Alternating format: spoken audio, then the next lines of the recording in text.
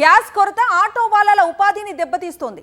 రెక్కాడితే కానీ డొక్కాడని ఆటో వాలాలకు బతుకు బండి ఇప్పుడు దినదిన గంటంగా మారింది.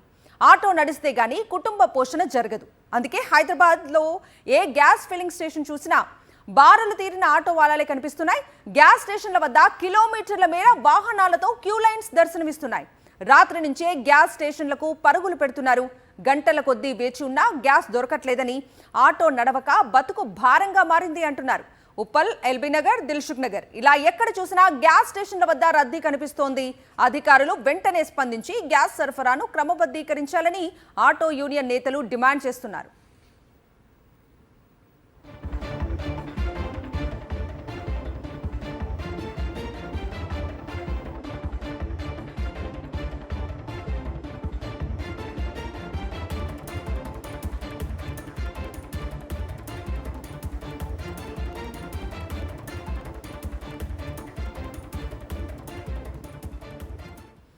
గ్యాస్ కొరత ఆటో వాలాల ఉపాధిని దెబ్బతీస్తోంది. రెక్కాడితే గానీ డొక్కాడని ఆటో వాలాలకు బతుకు బండి ఇప్పుడు దినదిన గండంగా మారింది.